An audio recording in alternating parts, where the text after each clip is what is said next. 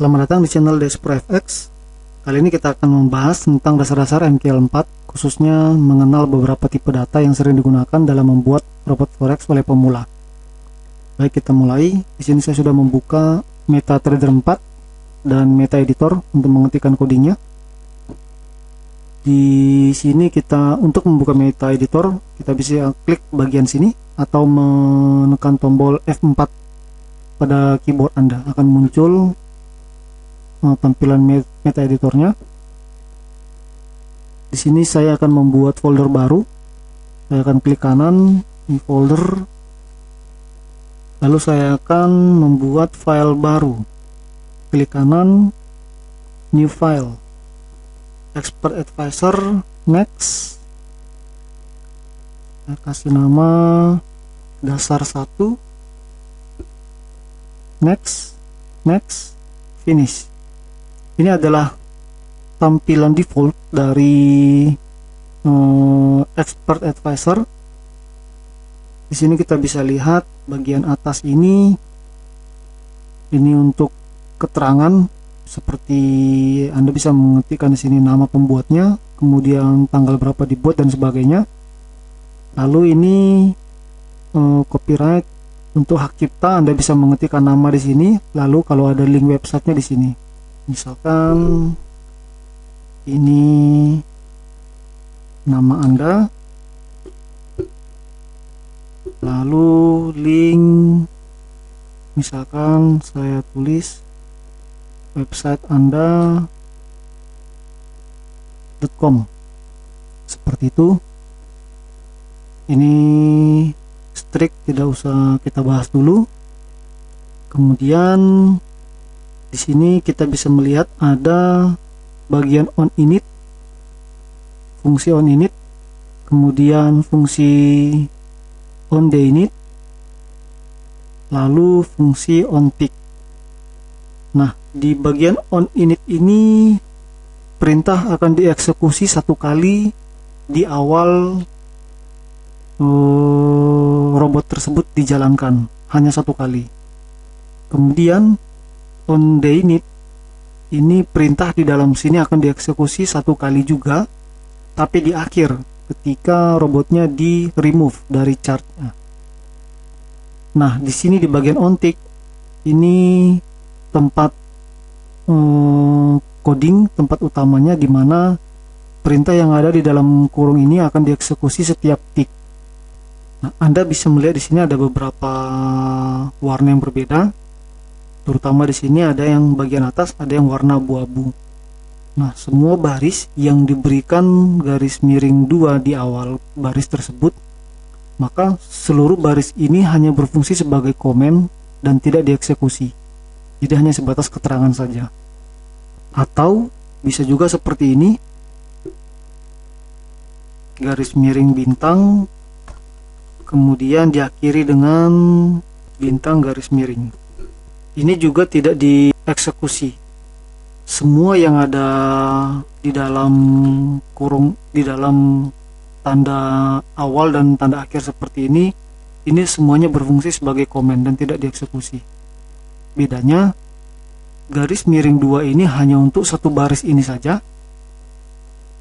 Hanya untuk seperti ini.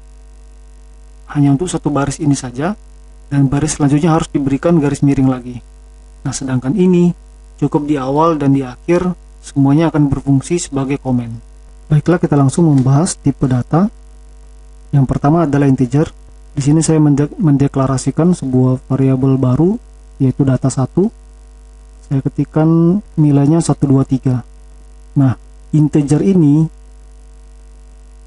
adalah tipe yang menyimpan data bilangan bulat atau bukan pecahan. Nah, ini bisa positif, bisa negatif, sehingga kita bisa mengetikkan di sini negatif 123 dan sebagainya. Nah, tipe data yang selanjutnya adalah double. Saya mendeklarasikan variabel kedua itu data 2. Nah, double ini menyimpan data yang bersifat pecahan, jadi pakai koma. Bisa positif, bisa negatif. Kalau tadi integer bukan pecahan, maka yang double pecahan. Tipe data selanjutnya adalah string. Saya deklarasikan variabel data 3. Nah, untuk string ini tipenya datanya menyimpan teks, sehingga kita harus mengetikkan tanda petik di awal dan di akhir datanya. Ini bisa satu kata, bisa banyak kata. Yang penting dia menyimpan data yang sifatnya teks. Selanjutnya boolean. Nah, boolean ini sifatnya true or false.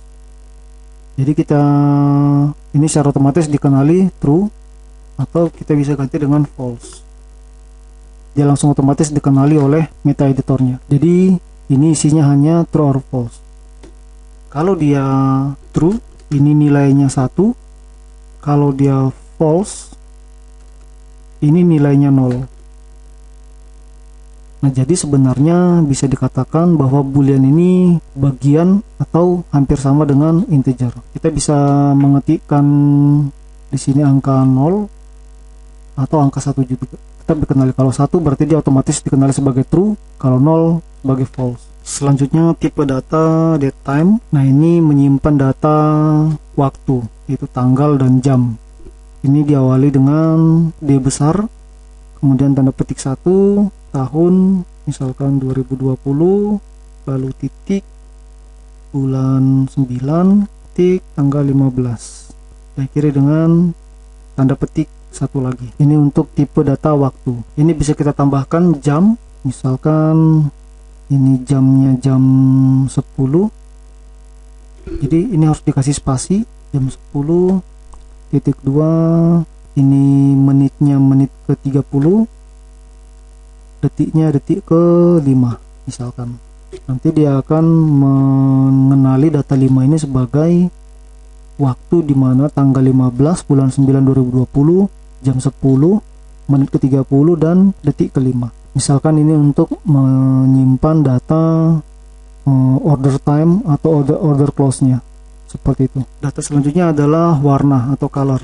Nah, untuk color ini dia diawali dengan CLR. Secara otomatis dia mengenali, tinggal memilih warna ataupun bisa kita ketikkan misalkan warnanya merah. Jadi setiap kita mendeklarasikan variabel baru, kita jangan lupa mengetikkan tanda titik koma di belakang. Nah, ini kita bisa mencantumkan seluruh tipe data ini ke dalam chartnya. Men data 1 sama dengan koma. Nah, ini karena kita sudah mendeklarasikan beberapa variabel, otomatis dia akan mengenali di sini secara otomatis.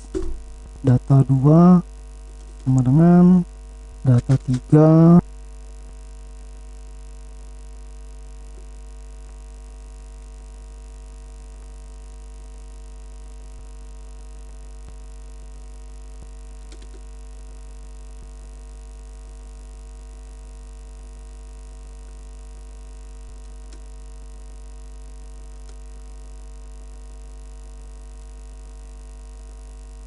Tutup kurung titik koma. Nah, ini saya akan memunculkan seluruh variabel ini ke dalam chart dalam bentuk komen. Kita akan lihat hasilnya seperti apa.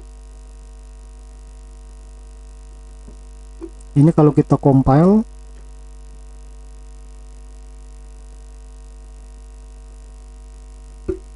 tidak ada kelihatan error, maka dia akan secara otomatis muncul folder baru, lalu dengan nama robot dasar 1 seperti yang kita buat tadi.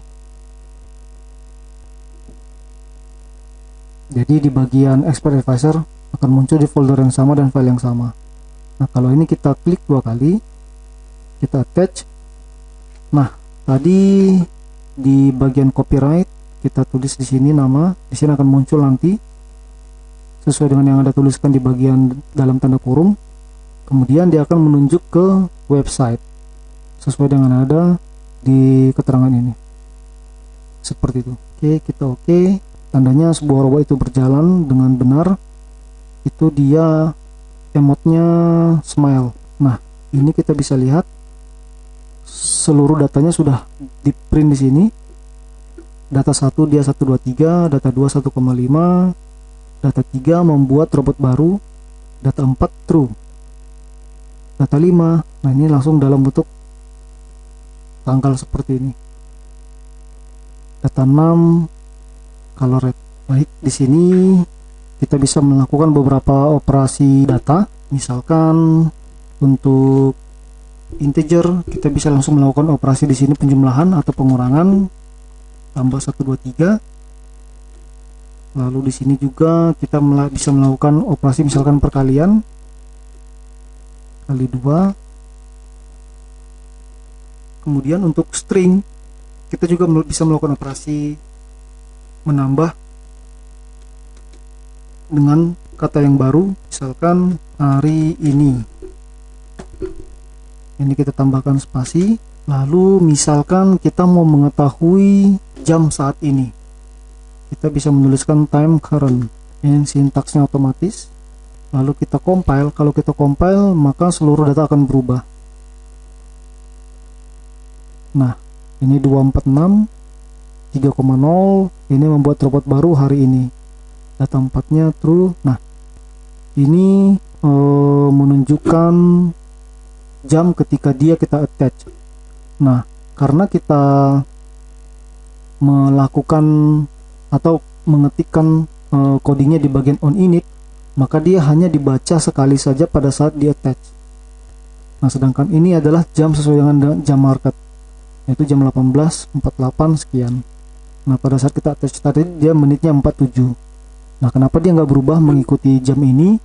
Karena kita bukan membuatnya di on tick, tapi di on init, sehingga perintah ini hanya dieksekusi sebanyak 1 kali saja. Seperti itu. Baik, demikian untuk video kali ini. Jika ada yang kurang jelas bisa menghubungi kami lewat komen atau langsung ke email, silahkan saja. Terima kasih, semoga bermanfaat.